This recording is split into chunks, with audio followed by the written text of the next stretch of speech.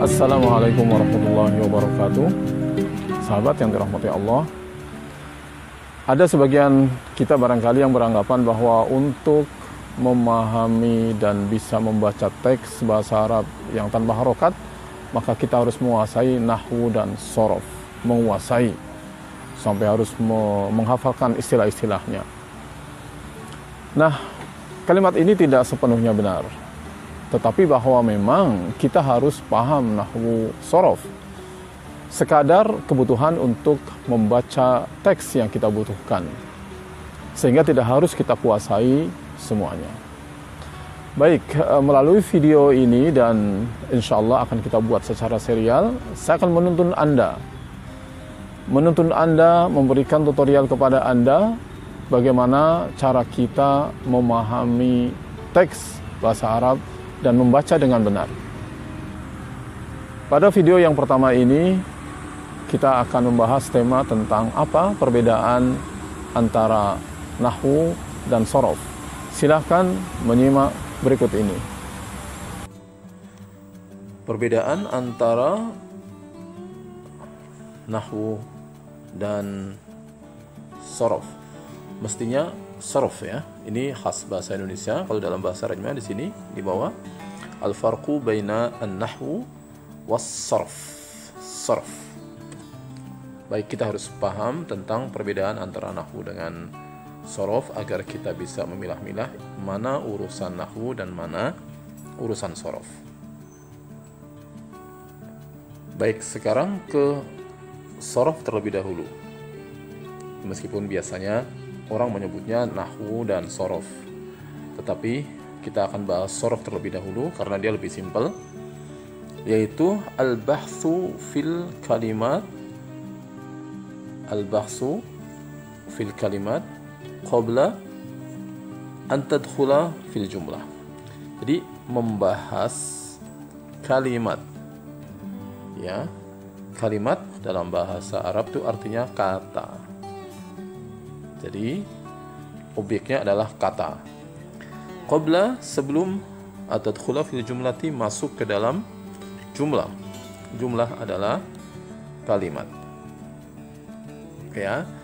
Jadi dari pengertian ini, yang namanya sorof adalah kajian tentang kata. Sekali lagi objeknya adalah kata sebelum dia masuk ke dalam jumlah, ke dalam kalimat. Jadi kata dalam kapasitasnya sebagai sebuah kata yang belum ada ikatan apapun dengan kata yang lain karena belum masuk ke dalam struktur kalimat. Contohnya, kata al-Islam ini adalah sebuah kata sendirian begitu, al-Islam. Nah, kita akan mendiskusikan kata Islam, mengelaborasi tentang al-Islam ini. Misalnya pertanyaan yang pertama adalah ini isim apa fi'il, ya. Maka jawabannya dia adalah isim. Oke. Dia adalah isim. Kemudian kalau isim ini isim mudzakkar atau muannas? Yang betul adalah mudzakkar, ya. Bukan muannas. Oke. Kemudian dia ma'rifah atau nakirah. Nah, karena ada alif lam berarti dia adalah ma'rifah, ya, isim ma'rifah. Kemudian mungkin ada tinjauan lagi, ini termasuk isim mabni atau mu'rab, ya. Yang betul adalah isim mu'rab, ya. Mu'rabnya munsharif atau ghair munsharif? Mu'rab munsharif, ya. Ya, ini adalah isim mu'rab munsharif. Nah, ini sekedar contoh aja ya. Nah, mungkin nanti ada yang mempertanyakan lebih dalam, nah ini asal usulnya dari mana? Al-Islam ini isim fa'il kah, isim maf'ul kah, atau isim masdar misalnya. Nah, lalu kemudian kita lacak asal usulnya dari fi'il aslama,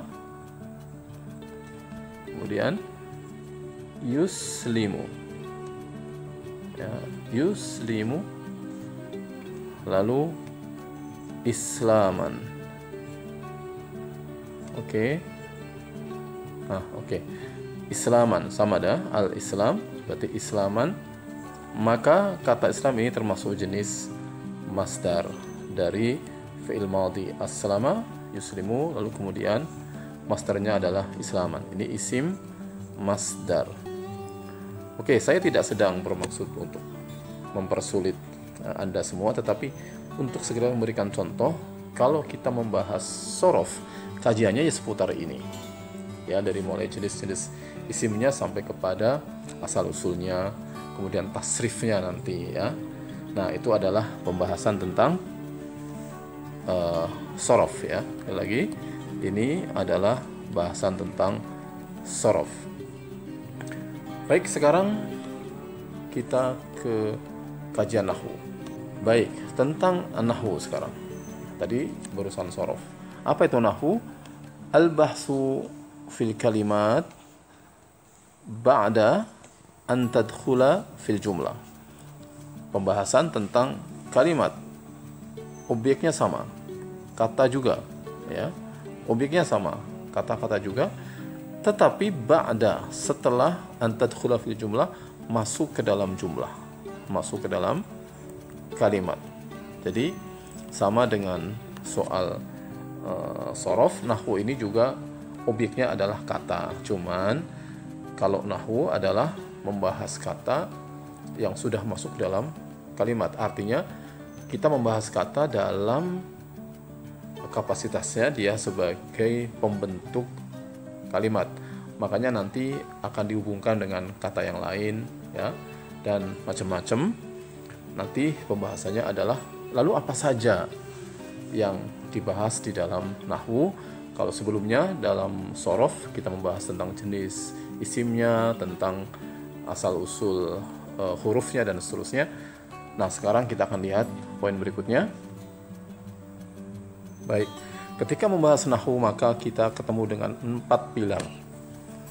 Wah, bahasanya sangat keren ya. Pilar, ya kenapa saya anggap pilar? Karena ibarat membangun rumah maka kita butuh 4 pilar. Rumah nahwu itu ada 4 pilar, di mana 4-4-nya harus kokoh, harus kuat, harus eksis. Kalau salah satu tidak eksis, maka kajian nahwu akan menjadi cacat. Maksudnya adalah ketika kita membahas nahwu maka kita akan ketemu dengan 4 hal. Jadi kalau ibarat pertanyaan, maka pertanyaan tentang 4 hal ini harus dijawab ketika kita membahas nahwu. Yang pertama adalah jabatan kata. Dalam bahasa Arab disebut al-mauqi' ya, al-mauqi'. Nah, bicara tentang jabatan kata dalam kalimat, sebetulnya kita sudah terbiasa dalam bahasa Indonesia ya. Misalnya jabatan subjek atau predikat, objek begitu.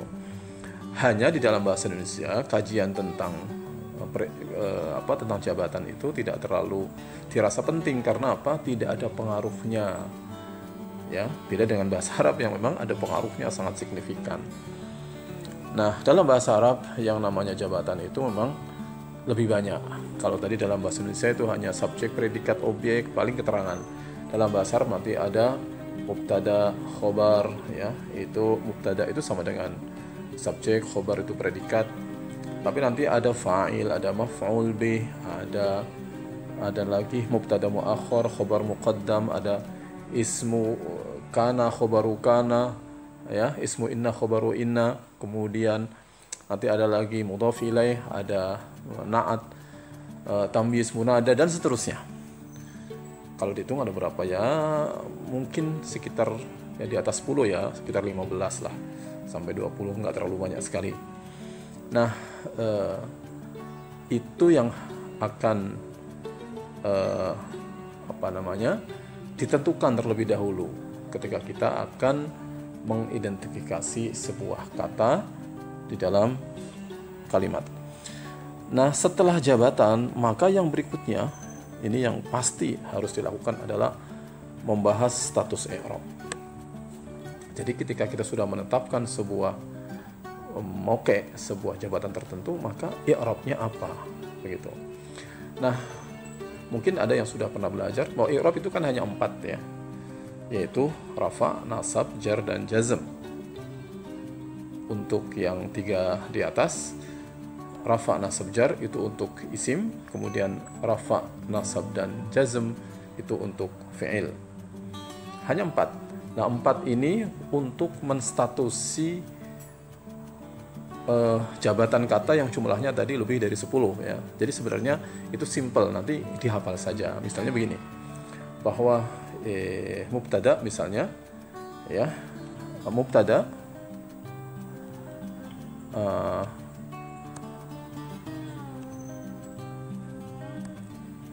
mubtada, ini contoh saja, itu marfu. Khobar itu juga marfu. Nanti mudhaf ilaih itu majrur. Hal itu mansub. Ya, ini adalah pasangan-pasangan yang sudah baku ya. Jadi tidak ada mubtada itu mansub, tidak ada, atau khobar majrur, tidak ada. Sehingga dengan demikian kalau kita menghafalnya, insya Allah semuanya akan menjadi mudah, dan itu hanya beberapa istilah yang tidak terlalu menyulitkan kita, insya Allah demikian. Nah, itulah status i'rab.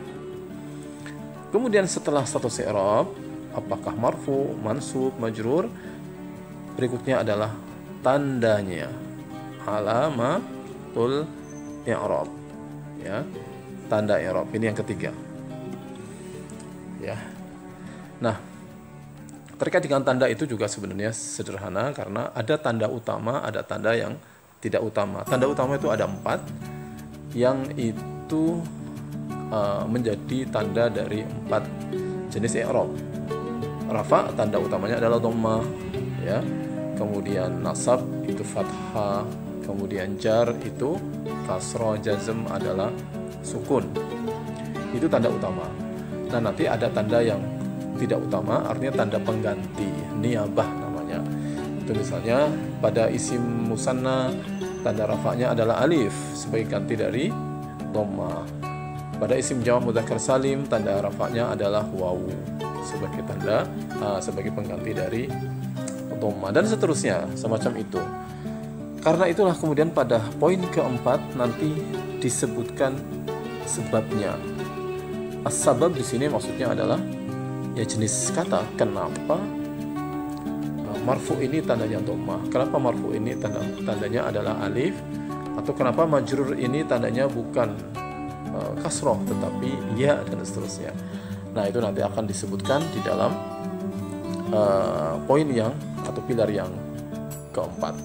Jadi saya beri contoh di sini ya, misalnya untuk